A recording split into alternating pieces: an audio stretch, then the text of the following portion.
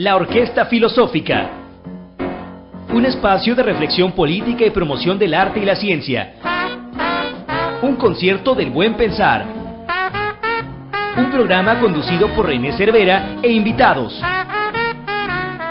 La Orquesta Filosófica, comenzamos.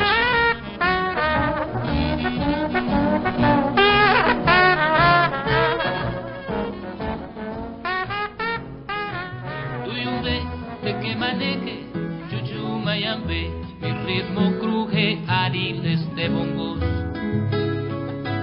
La sangre me está llamando y el sotavento me está rozando por dentro.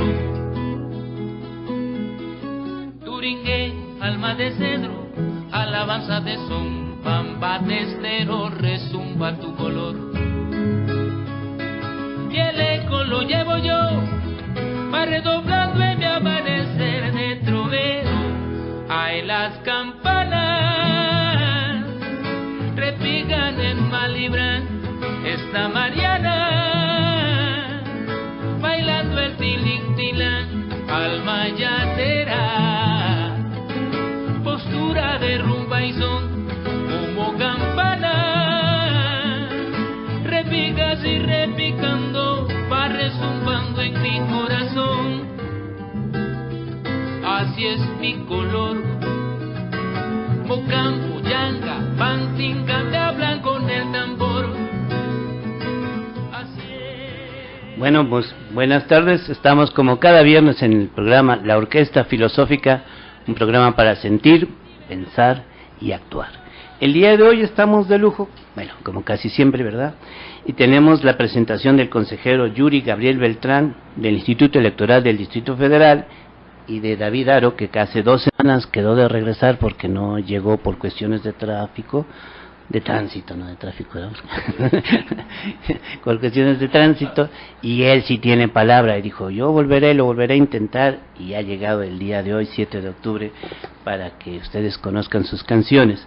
Bueno, hablaremos de un tema de mucha importancia, es lo que toca al voto electrónico.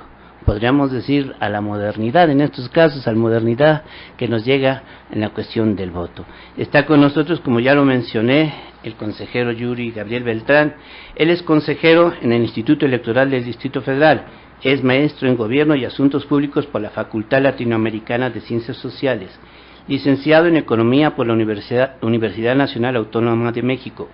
Cuenta con una especialización en Justicia Electoral por el Centro de Capacitación Judicial Electoral del Tribunal Electoral del Poder Judicial de la Federación. Cursó un diplomado en Análisis Político Estratégico en el Centro de Investigación y Docencias Económicas y otro en Geografía Electoral en el Instituto de Geografía de la UNAM. También ha tomado cursos en Derechos Humanos, Equidad de Género y Derecho Electoral en la Universidad Pompeu, ¿así se llama? Pompeu. Bueno, Fabra de Barcelona, Democracia en América Latina, en la Escuela Virtual del Programa Regional para América Latina y el Caribe, y en Métodos Cuantitativos por la Universidad de Michigan. Y hay otros, pero ya no los voy a mencionar, porque en lo que lo menciono creo que obtiene otra licenciatura o maestría aquí el compañero. Yuri, háblanos entonces. Tenemos nosotros, voy a dar una pequeña introducción, tenemos uno de las democracias más caras del mundo. Todo nuestro sistema está basado en la desconfianza. Debido a que no tenemos mucha confianza en la conducta de los electores ni de los partidos políticos, desde luego, tenemos una credencial especial para votar, tenemos boletas especiales para votar, tenemos todo un sistema que dificulta que se haga trampa, pero que nos sale muy caro. ¿Cuál sería la ventaja? Vamos a hablar de esto. ¿Cuál sería la ventaja del voto electrónico frente al voto tradicional, Yuri? René, pues primero agradecer la invitación. Es la verdad un gusto compartir esta mesa contigo y con David. Creo que vamos a tener una charla importante. Yo efectivamente les quería compartir un poco la experiencia que tiene el IEDF en el voto por internet. Tenemos haciéndolo pues ya varios años, desde el 2012. En 2012 el IEDF se involucró en la elección de jefe de gobierno, involucró a votantes que viven fuera del país.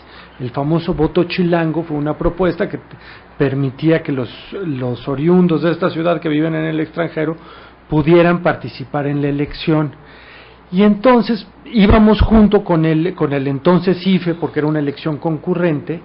El IFE convocó para votar para la elección de presidente, nosotros convocamos para la jefe de gobierno, y lo que descubrimos en aquella ocasión es que si íbamos por internet, podíamos ampliar los plazos mucho más para inscripción en el padrón de electores correspondiente. No necesitábamos hacer grandes procesamientos de datos, no necesitábamos enviar materiales, no necesitábamos... Entonces, permitimos a los ciudadanos un mes más del plazo de registro y con eso incrementamos 30 o 35% más de electores desde el extranjero. Entonces, unos votaron con la papeleta tradicional, otros votaron por internet, y el hecho de que esta ciudad haya decidido involucrarse en el internet le permitió incrementar la cantidad de votantes en comparación con el IFE. Y hemos seguido avanzando en esa tecnología a lo largo de los años. Es una tecnología que compró el instituto la primera semilla y después de eso hizo una tecnología propia. Es una tecnología que es propiedad del instituto, ya no tenemos que pagar por el software. Lo que sí tenemos que pagar es por tenerlo actualizado y tenerlo blindado, porque como pasa con todo el tipo de tecnologías de la información, se requiere ir adecuando los filtros, los candados, los escudos que tiene para evitar hackeo año con año. ¿Qué ventajas tiene el voto por internet? Te diría yo, a principios de este año, el Comité de Derechos Humanos de la ONU hizo una resolución que a mí me parece fundamental. Dijo: el internet tiene que ser un espacio donde se expandan los derechos humanos de las personas, y eso incluye los derechos político-electorales de las personas. Piensa así el Comité de Derechos Humanos de la ONU, porque efectivamente si aprovechamos todas las posibilidades del internet, vamos a recortar brechas que existen entre grupos sociales, vamos a acercar la toma de decisiones y la discusión a los hogares de las personas, vamos a abaratar costos. Este país gasta mucho en elecciones por todas las cosas que tú atinadamente decías, pero también porque tratamos de llevar una casilla a 2 o 3 cuadras del domicilio de cada votante. Bueno, pues el internet lleva todavía más cerca la posibilidad de sufragar a un costo mucho menor. Evita el dispendio de papel. Cuando tenemos una elección en México, imprimimos boletas para todos los ciudadanos convocados a las urnas, aunque sepamos que no todos van a llegar a la casilla, pero tenemos que estar como instituciones encargadas de la organización de elecciones, preparados para que llegue el 100%. Y después, unos días, unas semanas después, trituramos todo ese cúmulo de papel que no se utilizó. El voto por internet nos va a permitir ahorrarle todos esos recursos a los ciudadanos. Debo reconocer que, como todas las tecnologías, requieren generar confianza por parte de los actores políticos y de los ciudadanos. Y en eso todas las autoridades electorales del mundo hemos debido como invertir mucho esfuerzo, mucho razonamiento y demás. No solamente tiene que ser seguro el voto por internet, sino que tiene que ser confiable a la luz de todos sus usuarios. Y en eso vale mucho la pena avanzar con paso firme para que los países vayan seguros de que es confiable esa ruta. Los mercados financieros lo hicieron así, y ahorita la verdad es que casi cualquier persona que tenga acceso al mercado financiero tiene al mismo tiempo confianza en que puede usar cajeros automáticos sin estar nervioso de que vayan a pasar cosas. Bueno, siempre hay un poco de nervios, ¿no? Lo mismo quisiéramos hacer nosotros en la esfera electoral, ir gradualmente generando la confianza de todos los usuarios hasta que esta tecnología genere las mismas confianza que ahorita produce la urna transparente, por poner un ejemplo, ¿no? Pero hubo mucha gente que se opuso, ¿no? Hubo gente que no confió en eso, hubo protestas, etcétera. ¿Qué les dijeron? ¿Cómo calmaron ese ánimo de quienes estaban en contra? Sí, Hubo efectivamente importantes argumentos, algunos de los partidos políticos, algunos de comités ciudadanos, otros de ciudadanos que lo hacían de manera individual, y ellos tenían un planteamiento que a mí me parecía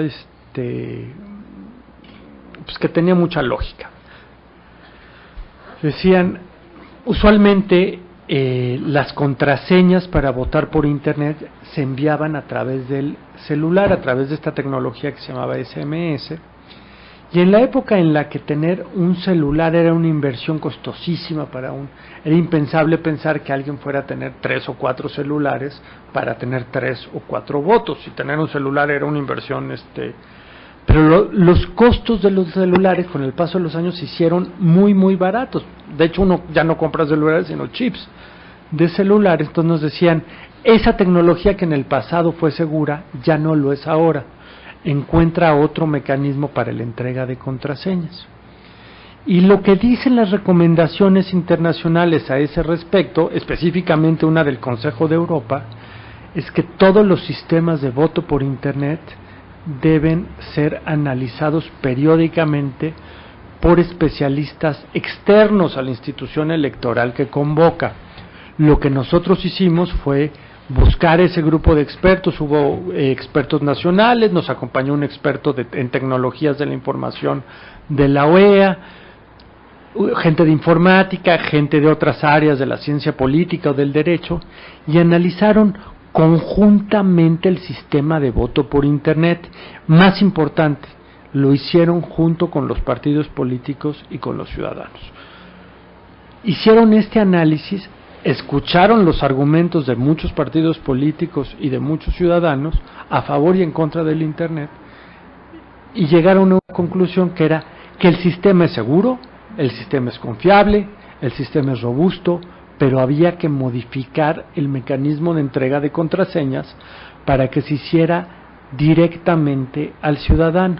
Y entonces lo que hicimos fue adoptar un mecanismo que es, se lo mandamos por correo certificado al domicilio de cada votante.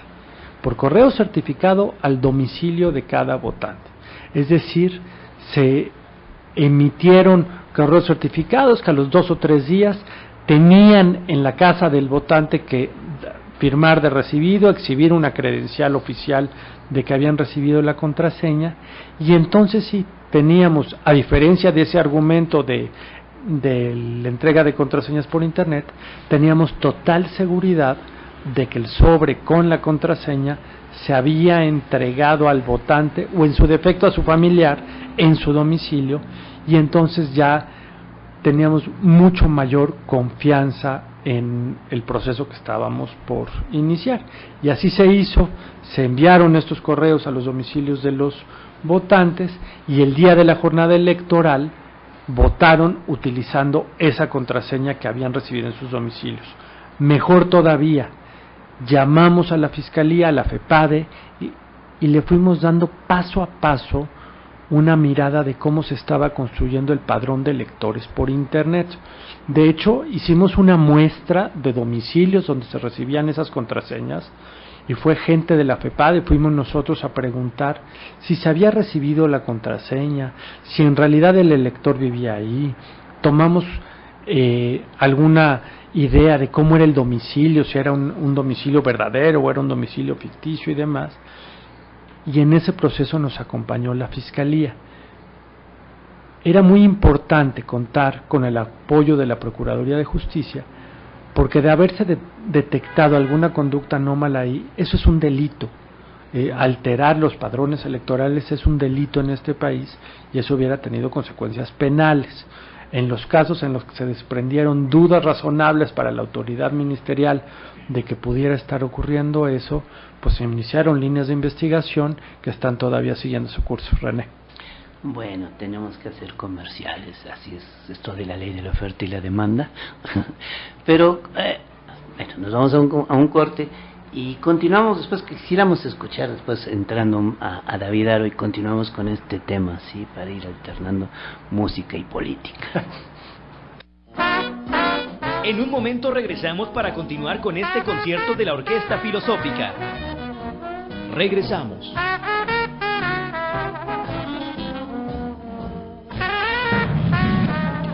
¿Quieres saber más de las leyes y los legisladores que integran el Congreso de la Unión? Sé parte de las decisiones que están transformando nuestro país.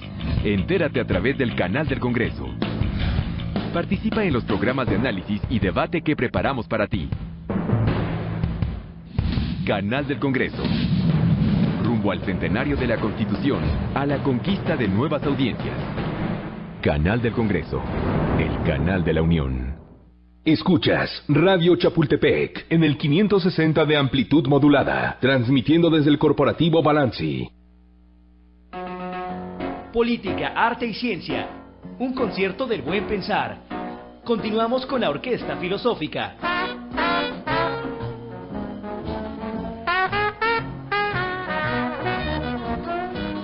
Bueno, ya anunciamos que está con nosotros David Haro, ya viene la discusión. Si oyen música, pues ya no van a querer hablar de política, pero yo creo que nuestro público sí sabe combinar música, política, arte y todo. Y tenemos aquí a David Haro. Sí. David Haro ya lloró en su primer canción y ya hace 15 días también te entrevistamos por radio y escucharon tus canciones. Yo considero que David es uno de los mejores compositores de México.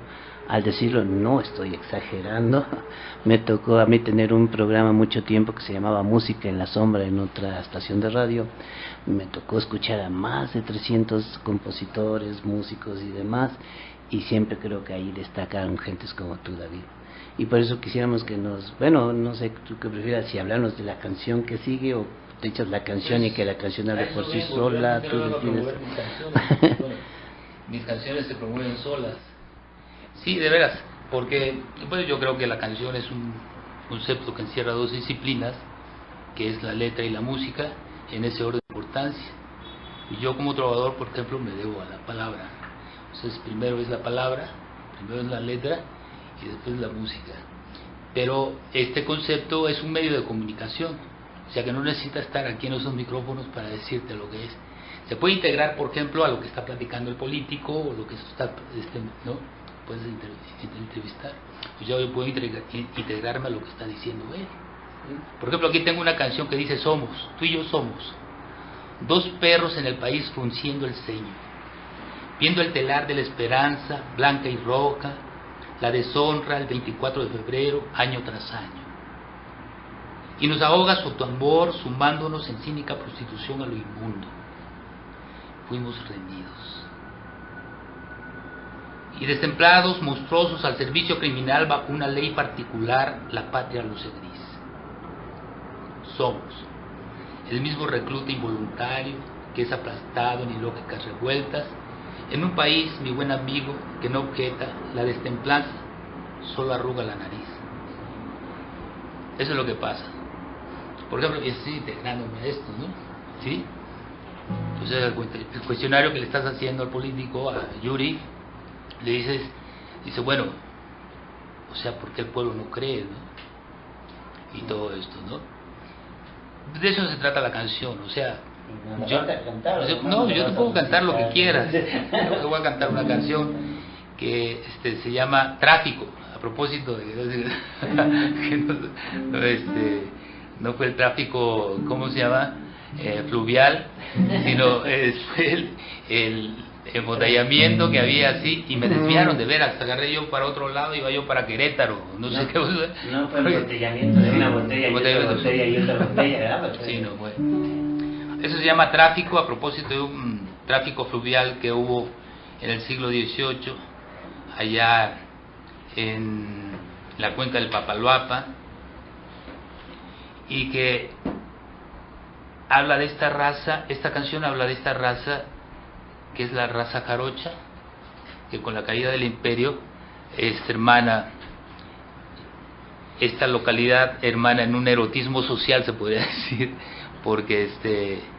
porque no permitía el apartar de las castas que se mezclaran los criollos con un mulato o con un indígena o con ese tipo de cosas.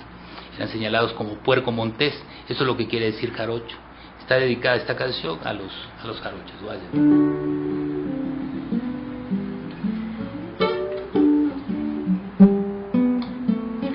Yeah, yeah.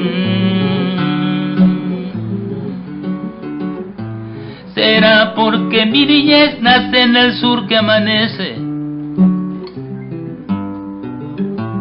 al mismo tiempo que crece la pampa y el buscapiés. Le nace al puerco montés un jarocho hijo de puta, mientras le brota la fruta lo agridulce y lo soez, cuando el niño sueña un pez capitanear por su ruta.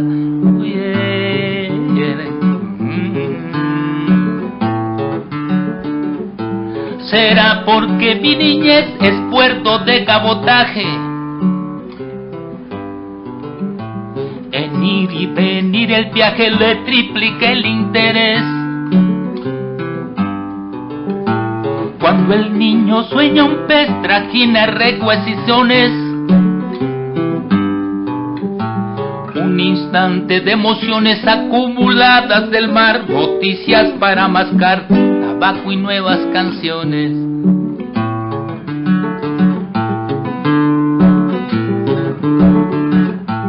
Será porque mi niñez nace en el sur que amanece, del mar la urbe se mece 500 años tal vez, fluido de insensatez, de coplas y de cantares, que van y vienen los mares en fluviales amoríos, remansos sueños y ríos y humedecidos manglares.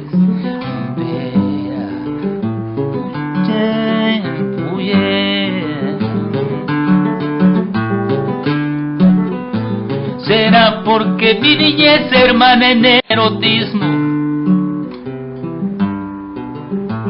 un el son profundo abismo o su total avidez,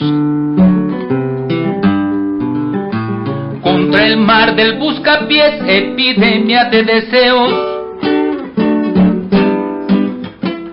o mitos y devaneos que van y vienen albores, la espesura en sus colores al sur de mis jaraneos. Será porque mi niñez nace en el sur que amanece.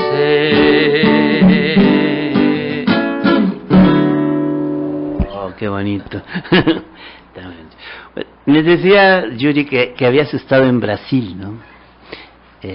Y que ya habías tenido la experiencia de un proceso electoral. No sé, podemos iniciarlo, yo creo que sí, puedes iniciar y continuamos hablándolo. ¿Cuál fue tu experiencia en Brasil? Brasil es un magnífico ejemplo de esto que platicábamos. Brasil usa enteramente urnas electrónicas, no son urnas por internet, son urnas electrónicas. Las fueron implementando gradualmente a lo largo de los años. Actualmente no existe un solo papeleta, no existe. Hay urnas electrónicas en el mundo que tienen que generar un respaldo en papel para que después los políticos puedan contar los votos. En Brasil ya ni siquiera se utiliza ese respaldo en papel, se utiliza un respaldo electrónico, y el nivel de desconfianza en la urna electrónica es cero. Hay desconfianza en cualquier parte del proceso político. La urna electrónica es confiable. Los partidos políticos mismos han adaptado sus principales cuadros, pues son ahora gente que sabe leer sistemas informáticos, son gente que sabe revisar si un chip está vacío o no está vacío y demás. Estos cambios que impone el avance tecnológico, que impone la modernidad, requieren como que todos nos vayamos ajustando, ¿no? Las autoridades electorales, los partidos, todos tenemos que aprender a hacer cosas nuevas que antes no hacíamos. Y eso es un poco lo que genera desconfianza cuando nos involucramos por primera vez a revisar si una urna electrónica está vacía. Pues implementamos capacidades distintas a las que utilizábamos cuando revisábamos si una urna física está vacía, ¿no? pero lo tenemos que aprender a hacer si queremos ponernos en la frontera de las tecnologías de la información en materia electoral. Déjame te cuento que esto que estamos haciendo en la Ciudad de México desde hace algunos años, pues otros países del mundo ya lo están haciendo de forma más constante. Estados Unidos lo ha hecho, Francia lo ha hecho, Canadá lo ha hecho, Reino Unido lo ha hecho, España hizo un referéndum totalmente en urnas electrónicas por internet, y van agarrando confianza en esas tecnologías. Claro, todas son perfectibles, y además el avance tecnológico como que va jugando competencias, el hackeo contra los filtros que uno pone, entonces hay que estar renovando las tecnologías para mantenerlas seguras. Si entendemos que así funciona, que hay que estar modernizando, blindando, cuestionando todo el tiempo nuestros propios sistemas, lo que vamos a tener al paso del tiempo es un muchísimo menor dispendio de recursos, y mejor todavía, vamos a llevar la posibilidad de votar a las casas de los votantes. La Ciudad de México es un lugar privilegiado para experimentar con el voto por internet. ¿Por qué es un lugar privilegiado? Bueno, pues porque tenemos la mayor proporción en todo el país de ciudadanos conectados a internet, porque tenemos mucha familiaridad con los sistemas financieros a través de internet. De los 8 municipios y delegaciones con mayor acceso a internet en todo el país, 5 están en esta capital. El promedio de gente que usa la banca móvil a través de internet se triplicó en los últimos 5 años en esta Ciudad de México. La verdad es que es un lugar como, si no lo hacemos acá, no nos vamos a tardar más en hacerlo en otras partes del país. 62 de cada 100 personas en la ciudad son usuarios de internet. Entonces, nosotros no estamos proponiendo ni mucho menos sustituir todavía el voto en papel, ¿no? Creemos que tienen que subsistir paralelamente todavía durante algunos años o quizás décadas más. Lo que sí creemos es que hay que empezar a invertir en estas tecnologías, cuestionarlas, generar estos grupos de enfoque, generar el cambio cualitativo que debe de hacerse dentro de los partidos, dentro de las instituciones electorales, para que en 20 años o en 15, cuando llegue el momento de hacer la sustitución, no nos estemos lamentando de no haber iniciado a tiempo todos estos desarrollos, ¿no? Entonces, si ya empezó la Ciudad de México en el 2012, pues creo que hay que seguir y seguir y seguir hasta que nos dé total confianza a todos. O sea que lo que ha de ser que de una vez sea para que lo vayamos experimentando, ¿no? Porque no nos agarre de sorpresa los problemas que nos pueda dar el voto electrónico en el futuro, de una vez vamos a irlo inculcando. ¿Esa es la idea? Sí, experimentando, pero experimentando con cuidado. O sea, no podemos poner los procesos democráticos en juego de ninguna manera. Por eso es que, por ejemplo, en este año, ese comité que discutió la seguridad del voto por internet estuvo todo el tiempo discutiendo en frente a los partidos políticos, de ciudadanos y demás, porque queremos, o sea, sí generar las condiciones de seguridad, pero aunque nos vayamos un poquito más despacito, pero vale la pena que sea un proceso deliberativo amplio, que nos incluya a todos. Por eso es que este instituto gasta tanto en que las contraseñas se envíen por correo certificado y no por correo regular. Bueno, pues sí, tenemos que generar esa confianza. El correo certificado es, según la Unión Postal Universal, el que mayor nivel de seguridad y confianza ofrece en todo el mundo. Bueno, pues si eso es lo que nos están recomendando, pues vayamos por esa vía y así entregamos las contraseñas. Quizás en otro momento podamos hacer algo más simple. Ahorita eso es lo que está a nuestro alcance. Y en países como Brasil, ¿cómo le hacen si ya todo el voto es electrónico con los campesinos? ¿Los campesinos ya tienen internet? El voto es electrónico, pero no por internet. Se llevan urnas electrónicas físicas a todos los poblados del país, y una duda que nos decían ellos era, cuando se empezaron a implementar esas tecnologías, existía una corriente de pensamiento que decía que iba a haber algunos sectores de la población brasileña que se iban a sentir intimidados por el uso de una computadora, o que se iban a sentir ajenos a esas tecnologías y demás. Entonces le entraron con mucho cuidado a la parte pedagógica, ¿no? Trataron de hacer como un esfuerzo importante de enseñarle a la gente cómo utilizar esos sistemas como votantes y como funcionarios de casilla, porque los ciudadanos también son funcionarios de casilla que tienen que resolver dudas sobre la computadora, los votantes y demás. Lo que encontraron es que su población no estaba tan ajena al uso de esas tecnologías como ellos hubieran anticipado inicialmente, y los que sí estaban ya no lo están en este momento. Ahorita ya es familiar, es confiable, la gente sabe que cuando llegue el día de la elección va a tener que interactuar con una máquina, con una urna electrónica, y ya se perdió la desconfianza respecto a eso. Ciertamente hay que empezar en algún momento y hay que hacerlo con responsabilidad, pero hay que detonar las cosas en algún momento. Bueno, me dicen que ya está llegando el momento a través de un corte comercial, pero ¿qué les parece? Continuamos, primero empezamos otra vez con una canción tuya y algunos comentarios que nos quieras hacer, David, sobre tus canciones. No, yo porque ahorita ya viene el corte comercial, pero que terminando el corte empezamos con eso. Y luego nos vamos a alguna pregunta que no habrá llegado, Yuri, y quisieras hablarnos de eso, ¿no? Para ir rematando. En un momento regresamos para continuar con este concierto de la Orquesta Filosófica. Regresamos.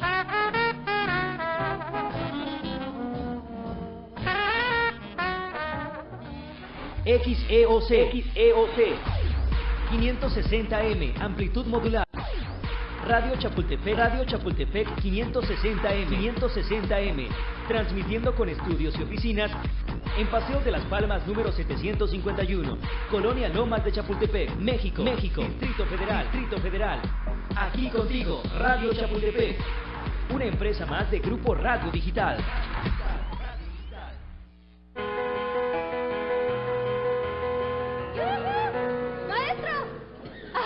Muy bien, ¿eh? Nomás empezó algo flojito, se equivocó en 3 notas y como que le faltó sentimiento. Hay mejores maneras de expresar tu opinión. Banco de México quiere escuchar tus ideas sobre inclusión financiera. Participa en el premio Contacto Banjico 2016. Arma un equipo y escriban un trabajo. Pueden ganar hasta 100,000 pesos. Entren a banjico.org.mx/Contacto Banjico. Tienen hasta el 7 de octubre. Escuchas Radio Chapultepec en el 560 de amplitud modulada, transmitiendo desde el corporativo Balanci. Política, arte y ciencia. Un concierto del buen pensar. Continuamos con la Orquesta Filosófica.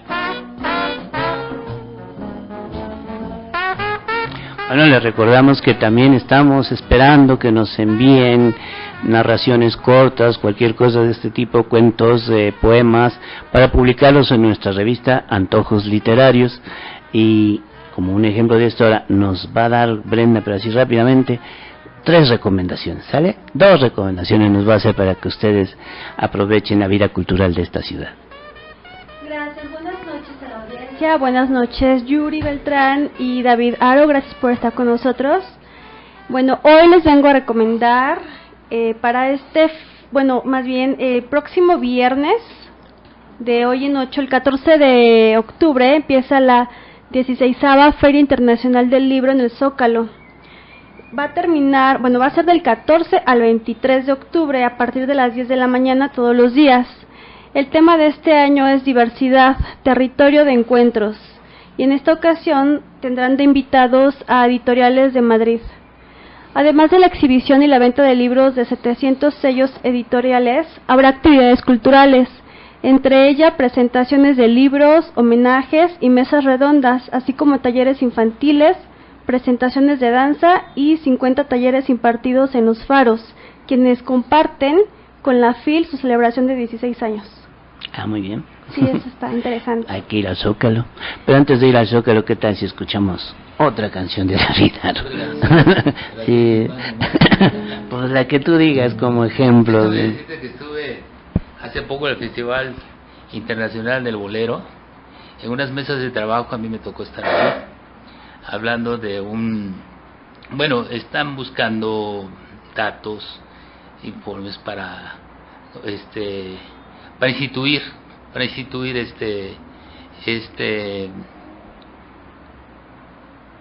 bueno, aquí en México quieren instituir un género, el bolero, como un género, pero no saben que es una estructura, que es una institución musical que estructural, que tiene que ver con todas las músicas de Europa, por ejemplo, y de América Latina, ¿no? Pero aquí en México no se están así como que haciendo estas barrabasadas, ¿sí? Pensando que pueden instituir esa estructura como un género. Bueno, ni siquiera eso están pensando, que solo piensan que es un género, el bolero, y no es el bolero no es un género, es una estructura muy sólida, muy fuerte, donde vienen las músicas, por ejemplo, que tiene que ver con las músicas del rock, por ejemplo, este género muy escuchado por nosotros, el blues, incluso el tango es un género que tiene que ver mucho con esta estructura bolerística, y pero bueno, pues, es el tango, ¿no? El tango que tiene que ver, igual el blues tiene las mismas características, pero el bolero se estructura, por ejemplo, con estas medidas de versificación, que es, por ejemplo, la seguidilla, ¿no? La seguidilla es un verso castellano que son 7 sílabas y tiene una forma de construcción, ¿no? Tiene una forma de construcción, y de ahí parten en formas ternarias, en ritmos ternarios, en las Islas Baleares, estas formas. De ahí surge la contradanza. Esas seguidillas mezcladas, por ejemplo, con la petenera, es un son que se tocaba antes del siglo XVIII. Tenía que ver con esto, y así empieza el bolero, ¿no? La estructura del bolero, ¿no? Se estructura con estas contradanzas, ¿sí? Y bueno, pues yo he estado investigando mi música, de dónde viene y todo eso, porque pues tampoco me he enterado ¿sí? Mira, te voy a decir algo que está estructurado en el bolero.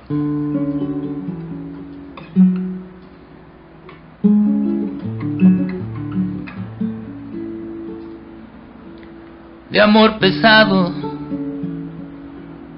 y excesivo es mi condena, que lejos de ella estas palabras que se inflaman. Desde esa vez que yo la vi, siento tan feo,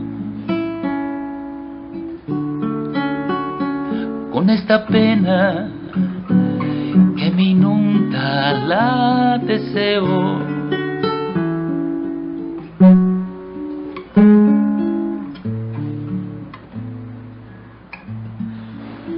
De amor pesado que se excede, yo divago, no expresa nada y el corazón lo encierra todo. Por ella sola veo y de otras estoy ciego, con esta pena que me inunda, la deseo.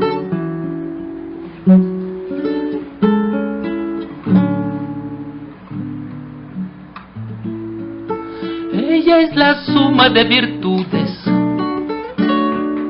no hay otra mujer. Sola ella enciende mi querer, sola ella enciende mi querer.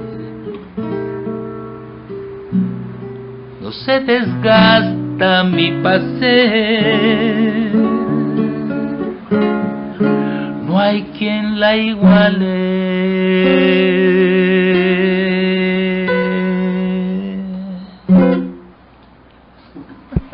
Ese fue un bolero.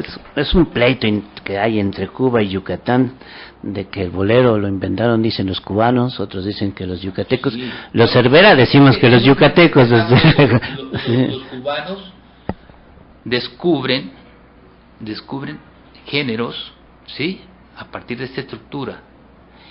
Ellos hacen una canción ya estructurada en el bolero que se llama La Esperanza, fue la primera canción escrita en una forma binaria, porque el bolero empieza con formas ternarias, ¿sí? Y en Cuba pues se encuentran esa forma de escritura binaria, pero que viene también de la misma contradanza, Solo es una cosa para facilitar la escritura musical. Eso es lo que hacen, ¿no? Bueno, acabas de evitar un conflicto internacional, David. Sí. Bueno, nos queda nos queda un rato para seguir hablando. Hacemos un corte mejor y después hablas ampliamente ya sobre lo que quieras añadir a esto del voto electrónico. Gracias, Yuri, por favor. En un momento regresamos para continuar con este concierto de la Orquesta Filosófica. Regresamos.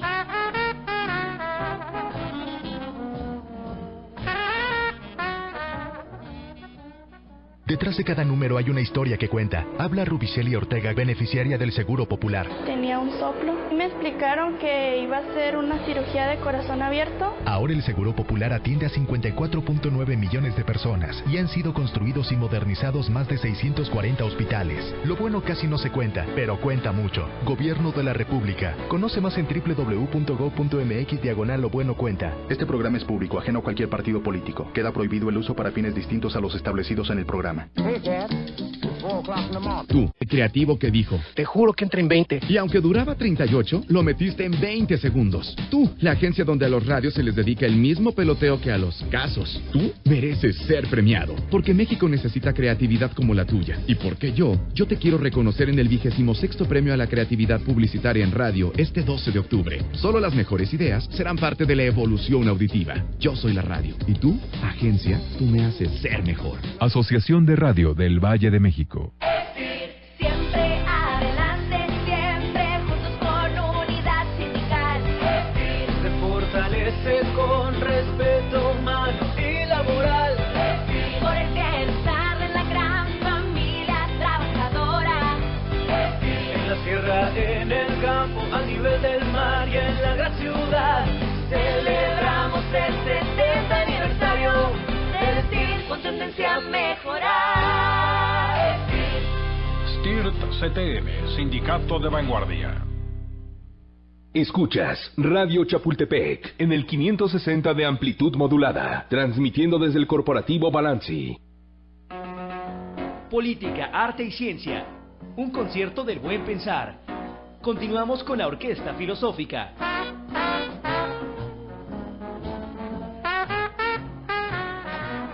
Bueno, el día de hoy hicimos un experimento porque normalmente tenemos aquí a alguien que habla de ciencia, otros que hablan de política y otros que hablan de arte. ¿También de ciencia? Sí, pero el día de hoy dijimos, el voto electrónico es un asunto tan científico como político, así que podemos evitar y darle más tiempo a nuestros invitados. Y por eso es que mezclamos esta idea, a ver cómo nos sale de mezclar la idea de una revisión, una reflexión política, y de mezclarlo con música, pero como ven todo es polémico, hasta la música y todo esto aquí ya nos viene a decir David, ¿no? Yo creo que el arte no hay una ciencia capaz de darte un dato veraz y eficaz como el arte, y sobre todo en la música. No en la música, los cantautores que estamos viendo ahorita, o por ejemplo con los cantantes de la industria, ¿no?, de la canción. No, la canción tiene el compromiso de comunicarte y darte un dato veraz, preciso, exacto. Eso es la canción. Pues sí, lo siento, yo también soy compositor. Nos vamos con Yuri. Pues entonces cuéntanos, ¿qué más le podríamos agregar a todo este asunto de empezar con una nueva era, que es la del voto electrónico? Mira, yo lo que te diría, René, es agencias internacionales que estudian elecciones han estado ya encontrando como algunos estándares que le debemos de pedir a los sistemas de voto por Internet. Porque si no, cuando los analizamos, cuando convocamos a estos grupos de expertos, ¿qué le tenemos que pedir a los grupos de expertos que revisan nuestros sistemas? Básicamente hay, no sé, una larga serie de estándares.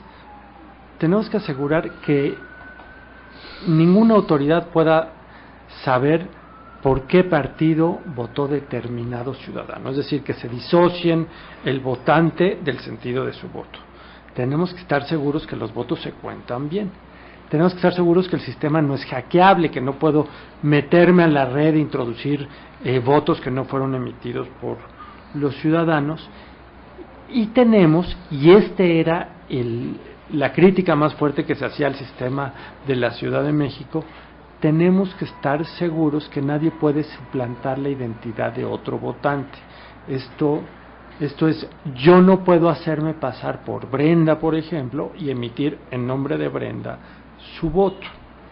¿Cómo se logró esto? Bueno, lo que nos dijeron los expertos que auditaron nuestro sistema es, todos esos estándares internacionales de la OEA, por ejemplo, los fueron revisando de uno a uno. Ya se habían revisado en el pasado, ya se habían hecho auditorías a los sistemas electrónicos del instituto, pero necesitábamos saber que no se pudiera nadie hacer pasar por otra persona y votar en su nombre.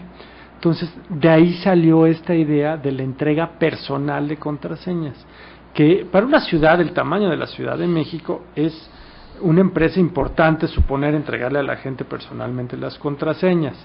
En sociedades que llevan más tiempo haciendo esto, la entrega de contraseñas se hace en el momento en que recibes la credencial para votar, y nos podemos dar 10 años para entregar todas las contraseñas y nada pasa, pero aquí teníamos un horizonte temporal más próximo, ¿no? Las elecciones eran en 2 meses y teníamos que entregar las contraseñas, y de ahí la entrega de contraseñas a domicilio.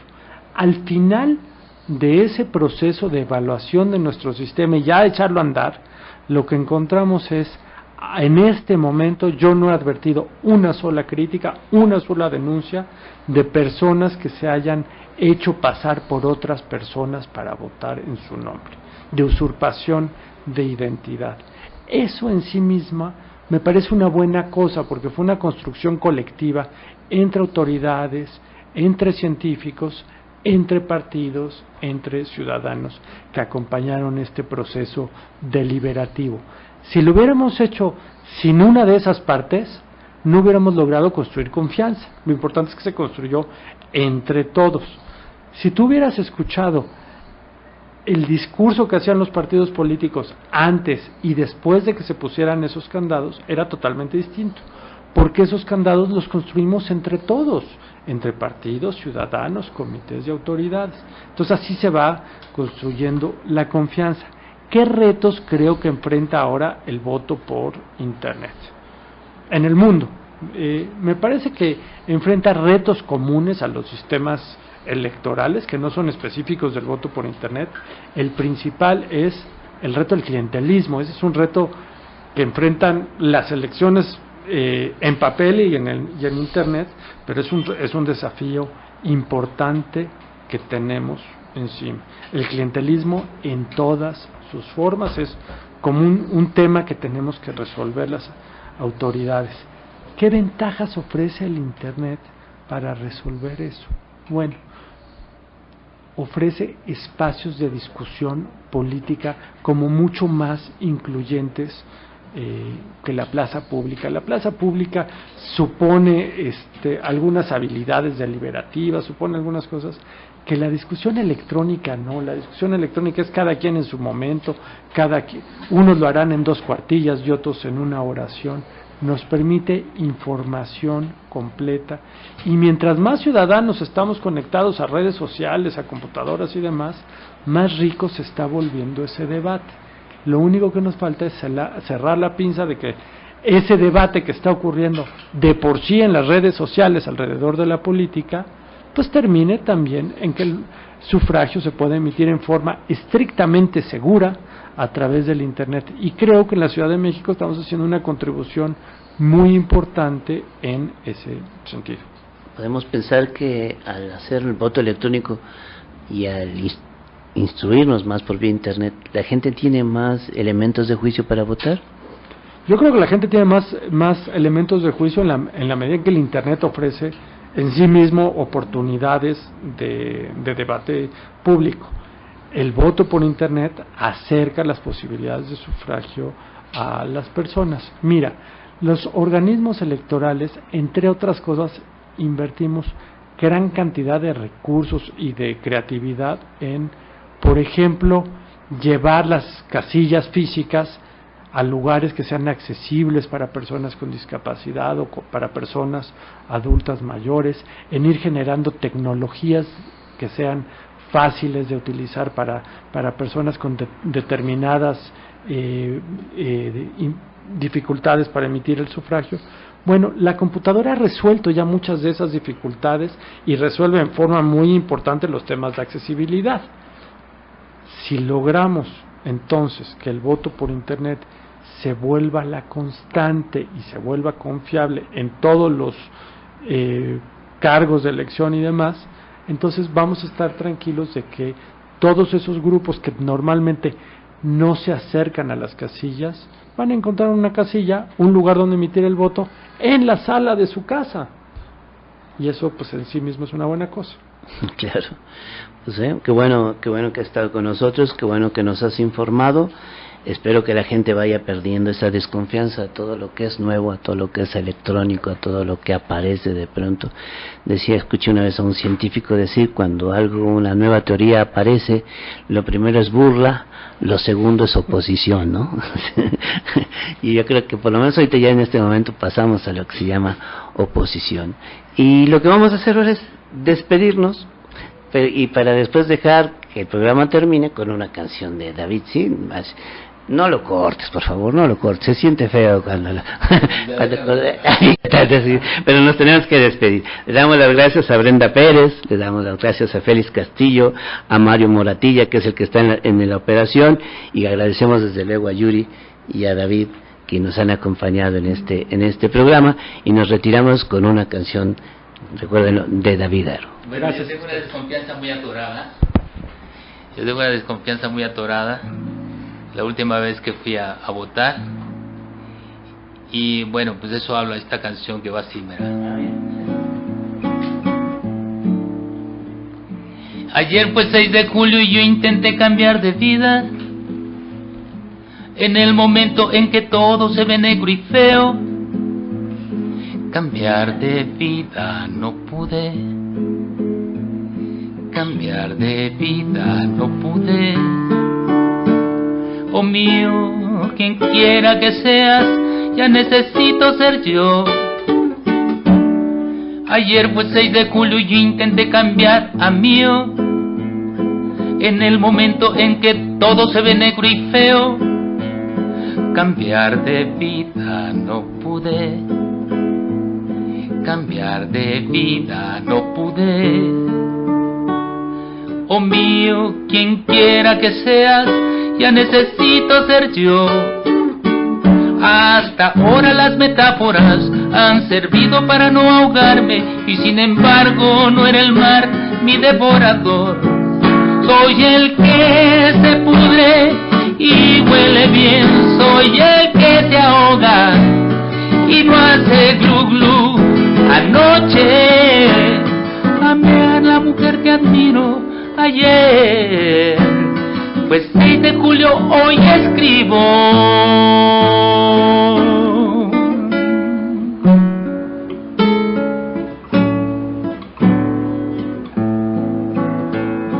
Ayer fue 6 de julio y yo intenté cambiar de vida, en el momento en que todo se ve negro y feo. Cambiar de vida no pude, cambiar de vida no pude.